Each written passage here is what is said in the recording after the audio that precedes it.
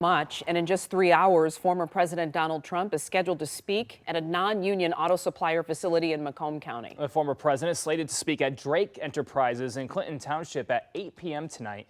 UAW President Fain has been outspoken about not supporting Trump's visit, saying earlier this week he finds it, quote, pathetic irony that the former president is going to hold a rally for union members at a non-union business. 7 Action News reporter Sarah Michaels catching up with UAW members today about Trump's location choice tonight.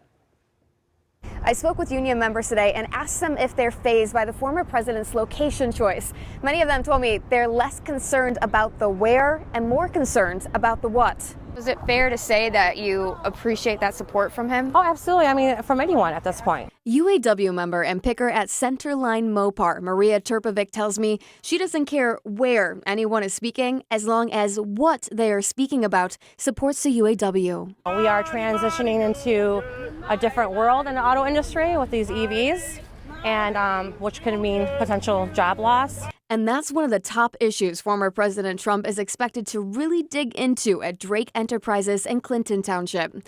Trump has been outspokenly critical of President Biden's push towards electric vehicles. Professor of business at Wayne State University, Merrick Masters, says he's likely to bring it up to UAW workers, non-UAW auto workers, and broader manufacturing workers Wednesday night. Is it odd that the former president said he was coming to Michigan to speak to union members, yet he's going to a facility that is non-union? Well, I think he realizes that his chances of getting into a unionized facilities are relatively slim, and that he wouldn't be welcome. Does that sound true to you?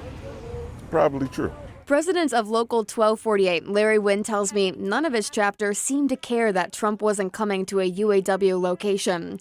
Wednesday morning, the UAW International Union did post this video on their Facebook page, seemingly slamming Trump for making unfulfilled promises about UAW jobs returning in 2017. Don't move. Don't sell your house. The Big Three have closed 65 plants over the last 20 years. No contract, no work. The union workers I spoke to said although politics is now interjecting itself, to them, this isn't ultimately about blue or red.